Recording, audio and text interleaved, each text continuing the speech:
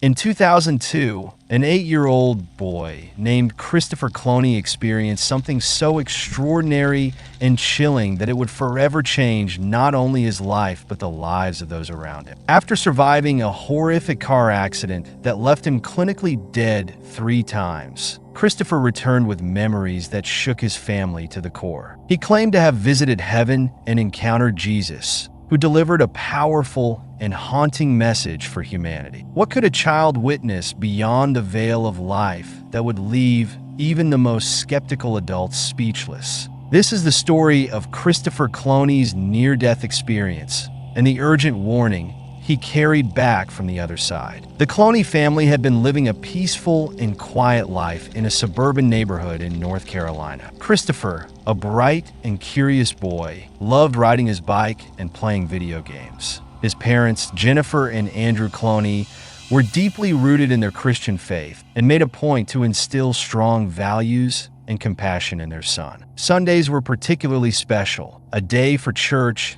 family bonding, and a home-cooked meal that brought them all together. On one sunny Sunday afternoon in early spring, the family's usual routine took a devastating turn. Jennifer had picked up Christopher from Sunday school, and the two were on their way home. They chatted about the Bible lesson Christopher had learned, and Jennifer listened with joy to his innocent interpretations of the stories. The warmth of the day and the calm of their conversation made everything seem serene, as though the world was perfectly in place. As they drove along the familiar roads, the pair began discussing plans for the rest of the day. A trip to the park, maybe ice cream afterward. Andrew, who was driving ahead of them in another car, led the way. Jennifer could see him just a few yards ahead. Everything seemed normal. She couldn't have imagined that their lives were about to be irrevocably shattered. Without warning, an ambulance came hurtling down the opposite side of the road, its sirens eerily silent as it swerved recklessly out of its lane. In an instant, it veered directly into the path of the Cloney family's vehicles. The collision was catastrophic. Andrew's car was struck first, sending it spinning into the guardrail. Jennifer had only a split second to react before the ambulance smashed head-on into her car, the force crumpling it like paper. The sound of screeching metal and shattering glass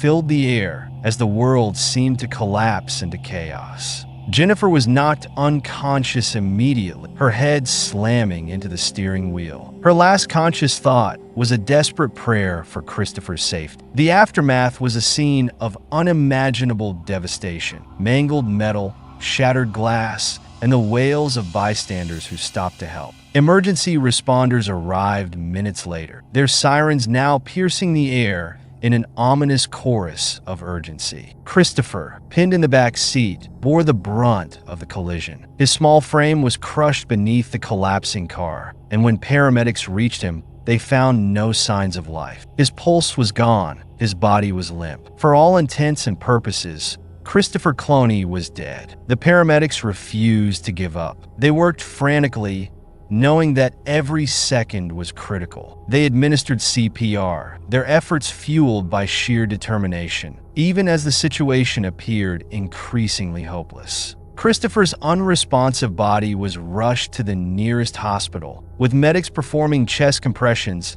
and using a defibrillator in a desperate attempt to revive him. It was a frantic race against time that left even the most seasoned emergency workers shaken. Upon arrival at the hospital, Christopher was pronounced clinically dead, but the medical team, unwilling to surrender, continued their efforts in the operating room. They pushed the boundaries of their training and medical technology, fighting to stabilize him. His tiny heart had stopped entirely, and he remained without a pulse. He was declared dead for the first time. Just as the team began to lose hope, Christopher's heart flickered back to life. The relief among the staff was palpable, but it was short-lived. Minutes later, his heart stopped again, and Christopher was pronounced dead a second time. During the moments when Christopher's heart ceased to beat, he experienced something no science could explain. Later, he would recount a place suffused with radiant light, so brilliant, yet so gentle, it felt as though it was wrapping him in a warm embrace. He floated effortlessly, lighter than air,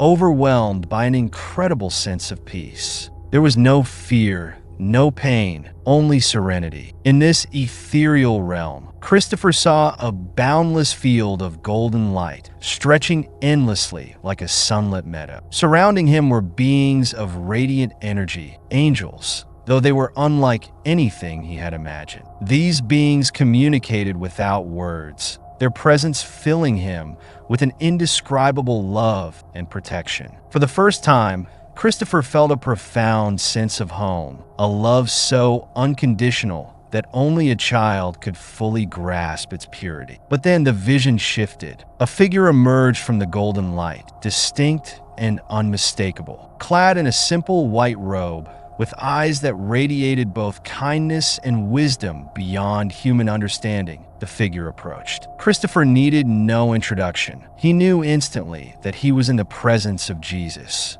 Their connection was immediate and transcendent, requiring no words. Jesus reached out and placed a gentle hand on Christopher's shoulder. In that single touch, Christopher felt as though every moment of his young life, every joy, every sorrow, was understood completely. "You have to go back," Jesus said, his voice soft yet commanding. Confusion and reluctance overwhelmed Christopher. Why would he leave a place so perfect, so free from pain? He couldn't understand. Jesus, sensing his hesitation, spoke again, this time with a serious and resolute expression. "It's not your time yet," he said. "You have a purpose, something you need to do." Reluctantly, Christopher felt himself being pulled back. The golden light faded, replaced by the harsh reality of the operating room. Gasping for breath, he awoke on the operating table, surrounded by frantic doctors. Though he had returned to life, he knew he had been given a mission, a message he had to share, one that would take years to fully comprehend. Gasping for air as the doctors worked urgently to save him, Christopher Cloney had no sense of how much time had passed, only that he was back in the world he thought he had left behind. Later, he would remember that moment with a mix of disappointment and clarity, coming to realize he had been sent back for a reason, one he would spend years trying to understand. But Christopher's ordeal was far from over. His body, already devastated by the crash, was fighting once again against the pull of death. The medical team had managed to revive him twice already, each time barely snatching him back from the edge. Now, after a brief period of stabilization, Christopher's vitals began to plummet again. Nurses rushed to his side, working tirelessly to resuscitate him, but their efforts seemed futile. His heartbeat faded, his breathing stopped, and the monitors flatlined for a third time. As the doctors battled to bring him back, the room was filled with shouts, the beeping of machines, and hurried footsteps. To anyone watching, it was a scene of desperation. But for Christopher, everything had gone silent. He was no longer aware of the chaotic activity around his body. Instead, he felt himself slipping away again, drawn into a calm, dark void that wrapped around him like a gentle embrace. This time, when Christopher opened his eyes, the golden light he had seen before was gone. He felt a strange sense of displacement, as though he had crossed into a different part of the afterlife. The atmosphere was not frightening, but solemn, imbued with a quiet reverence. Looking around, he realized he was standing in an endless, open expanse. It was neither day nor night, but a twilight world bathed in a soft, otherworldly glow. A presence stirred behind him. Turning, Christopher expected to see Jesus again, but what he encountered was unlike anything he had seen before. It was as if a veil had lifted, and he was presented with a vast panoramic vision. Before him lay a view of the world, but not as it appeared in reality. Mountains, oceans, and cities were blurred together, as if he were seeing Earth from an unimaginable height. Yet, this was not just a physical view. It was a glimpse into the spiritual state of humanity. In the distance, Christopher noticed a dark, swirling cloud forming and slowly expanding across the landscape. It was not a storm of rain or wind, but a shadowy mass of ominous, malevolent energy. A chill ran down his spine as he watched the darkness creep forward, swallowing the light and casting everything it touched into a dull, lifeless gray. The vision shifted abruptly, and Christopher found himself standing face to face with Jesus once more. This time, Jesus' expression had changed. His loving and serene demeanor had been replaced with one of deep sorrow and concern. His eyes, filled with infinite wisdom, now carried the weight of immeasurable sadness, as though he could see the suffering of every soul on earth. "You need to understand why you were brought here," Jesus said, his voice firm yet tinged with a profound sadness. Christopher's heart ached in response, though he still didn't fully grasp the enormity of what was happening. He knew instinctively that this moment carried a purpose, a message he was meant to carry back. Jesus gestured toward the dark cloud spreading across the world. "This is what is coming," he said, his voice heavy with gravity. "The choices people make each day are leading them toward this future. They are turning away from the light, from love, and embracing the darkness." Fear and confusion welled up in Christopher. He was just a boy. How could he possibly comprehend what he was seeing? He looked up at Jesus with wide eyes and asked, "What does this mean? What am I supposed to do?" "You must warn them," Jesus replied, his words simple, yet carrying an immense weight that seemed to settle deep within Christopher's soul. "Tell them they must change their ways. They have forgotten what truly matters. They are losing sight of the truth. They need to remember love, compassion, and kindness, or this darkness will consume them." Christopher wanted to ask more questions, to understand how he could possibly deliver such a message.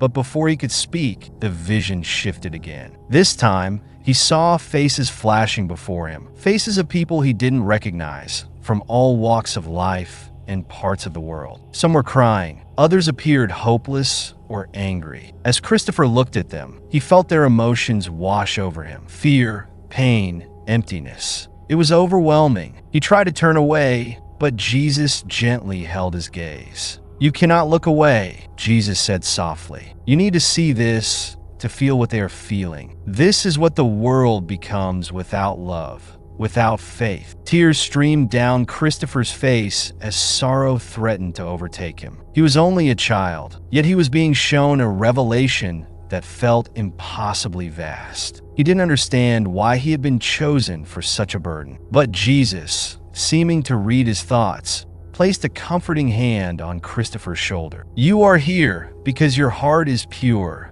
Jesus said. "You can carry this message because you understand love in a way that many have forgotten. People will listen to you because of your innocence, because you have seen what they have not." Though still overwhelmed, Christopher nodded. He wanted to ask what would happen if people didn't listen, if the darkness continued to grow. But before he could, the vision began to dissolve. The swirling storm clouds and suffering faces faded away, replaced once again by the golden light of the heavenly realm. Peace returned, washing over him like a soothing balm. Jesus knelt down to meet Christopher's gaze, his eyes filled with tenderness. "You need to remember this," he said gently. "When you return, it will be hard. You will be in pain, and you may want to forget what you've seen. But you must not. The world needs to hear this warning." Christopher took a deep breath, the truth of those words settling deeply within him. Though he didn't yet understand the full scope of his mission, he felt an unshakable resolve forming inside him. He knew he had been given a purpose,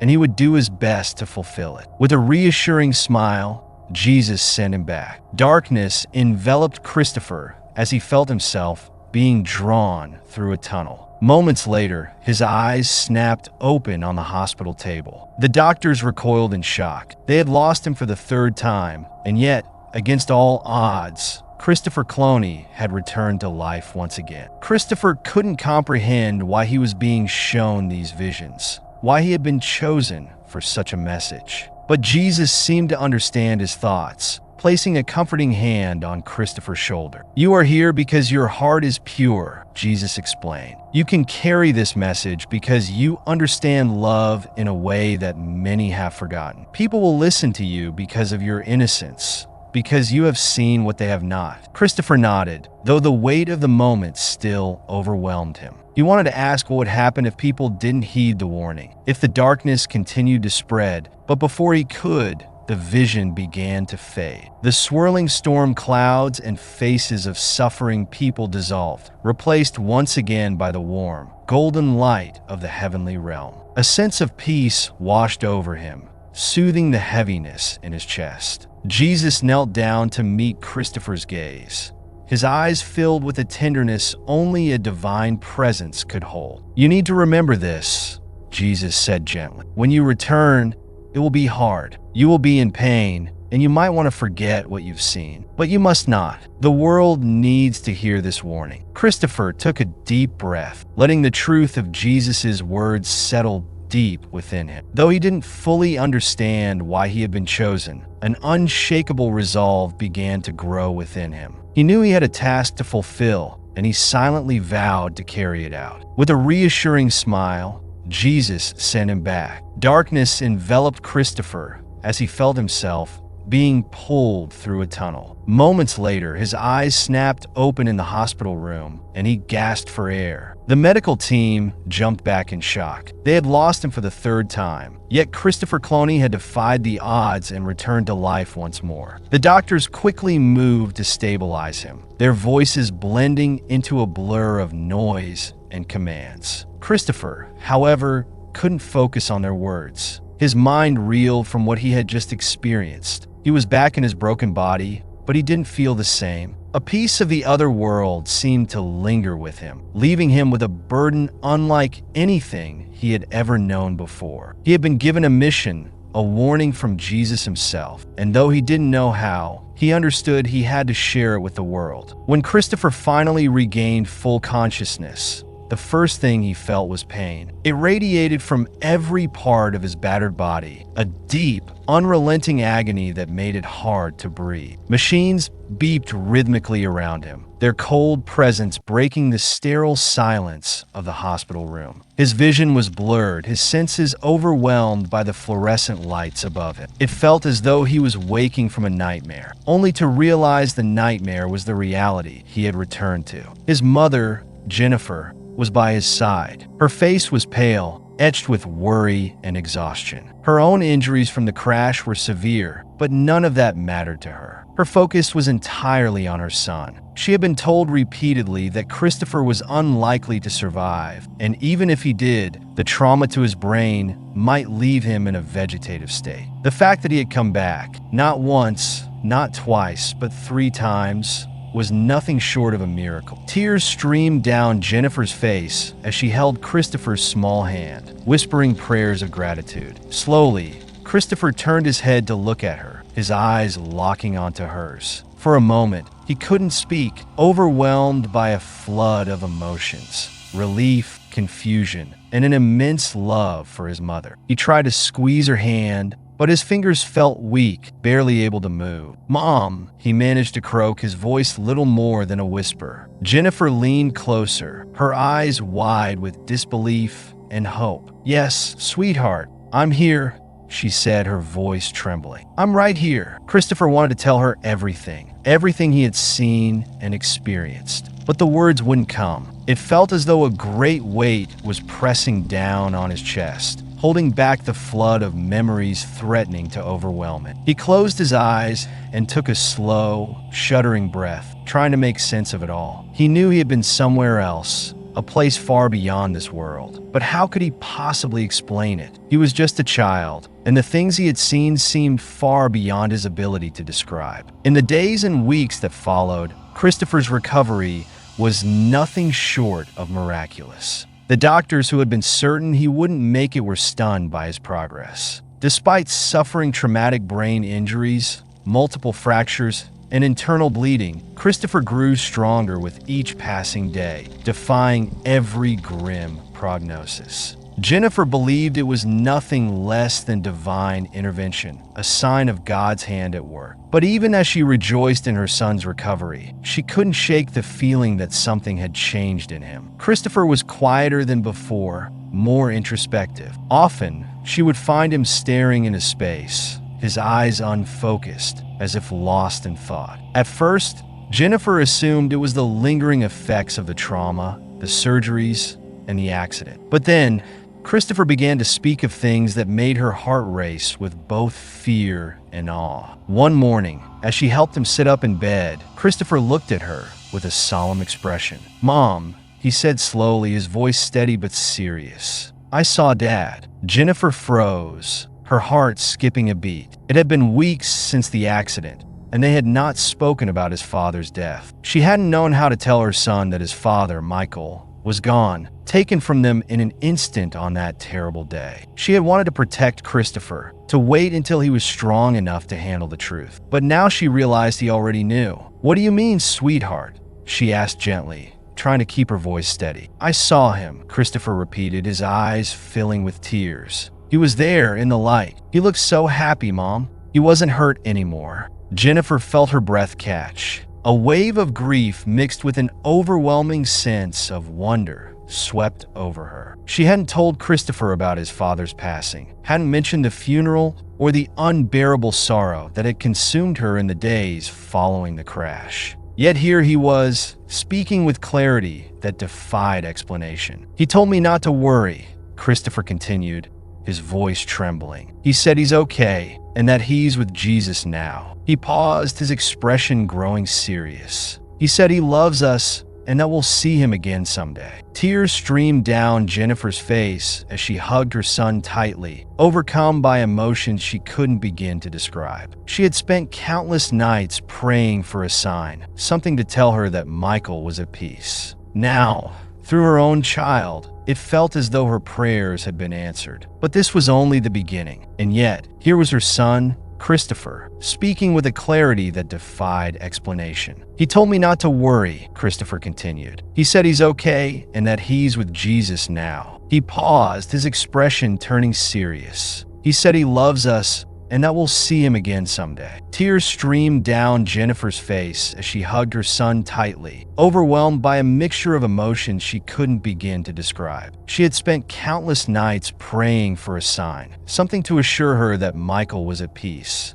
And now, through her child, it felt as though her prayers had been answered. But this was only the beginning. In the days that followed, Christopher began to share more about his experience while he was clinically dead. He described the golden light, the angels, and the overwhelming sense of peace he felt. At first, Jennifer thought these were fragments of a dream, her son's injured mind trying to process the trauma. But as Christopher spoke, the vivid and specific details were impossible to dismiss. He talked about the fields of light, the place where he met Jesus, and the gentle, loving voice that told him it wasn't his time yet, that he had to return because he had a purpose. Jennifer listened in stunned silence, her heart racing with every word. She had always believed in heaven and the teachings of her faith, but hearing her son describe it with such certainty left her breathless. Then came the day Christopher shared the part of his experience that troubled him the most, the part he had hesitated to talk about. One quiet afternoon, with the soft glow of the setting sun filling the room, Jennifer sat by Christopher's bedside, reading a book. Suddenly, he looked up, his face pale and serious.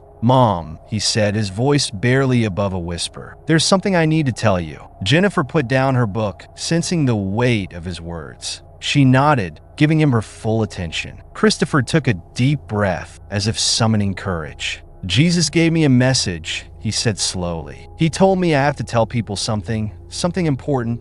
Jennifer felt a shiver run down her spine. "What do you mean, Christopher?" she asked softly. "He said that people need to change," Christopher continued, his eyes wide and filled with a seriousness far beyond his years. "He showed me things, Mom. He showed me the world, and it was covered in darkness. It was like a storm, but not weather. It was something else, something bad. He said if people don't start choosing love, if they don't stop being selfish and angry, the darkness will keep spreading." Jennifer's hands trembled as she listened. She had heard stories of near-death experiences before, tales of bright lights and angelic beings, but never anything like this. It wasn't just a comforting vision of the afterlife. It was a warning, a plea for humanity to change its course. "Why did he tell you this?" Jennifer asked, her voice shaking. "Why you?" Christopher looked at her with a sadness that broke her heart. "I don't know," he admitted. "I'm just a kid. But he said people might listen to me because I've been there He said, "I have to try." Jennifer felt tears welling up again, but this time they were different. It was as though her son had been given a burden far too heavy for his small shoulders. A task that seemed impossible for anyone, let alone a child. But as she looked into his eyes, she saw a spark of determination she'd never seen before. It was as if he had been touched by something greater, something beyond this world. From that moment on, Jennifer knew their lives would never be the same. Christopher had come back with a message that could not be ignored. And though the thought terrified her, she realized they now had a responsibility, a duty to share his story and spread the warning he had brought back from the edge of death. As Christopher began to share his experiences, Jennifer understood their lives had changed forever. The story of his encounter with Jesus and the warning he carried couldn't be kept to themselves.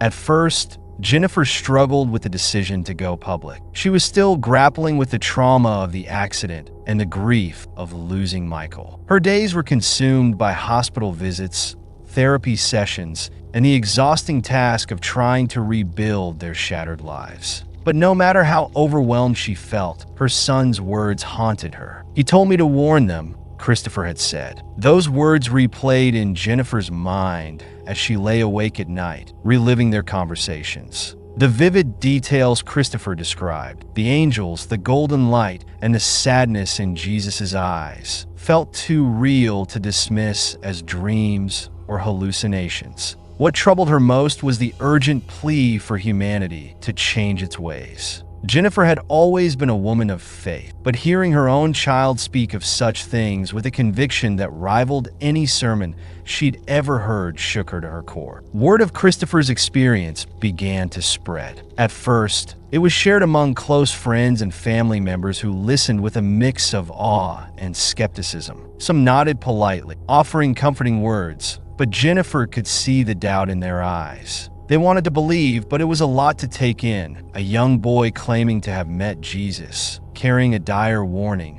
for the world. Yet there were also those who listened with tears in their eyes, feeling the truth of Christopher's words in their hearts. One Sunday, a few months after the accident, their pastor invited them to speak at the church. Jennifer was hesitant, but Christopher seemed strangely at peace with the idea. He told her he felt it was part of his purpose, that he needed to tell people what he had seen. As time went on, Christopher's story reached beyond their community, sparking debate and touching countless lives. For Jennifer, it was a constant reminder of the extraordinary encounter that had forever changed their family.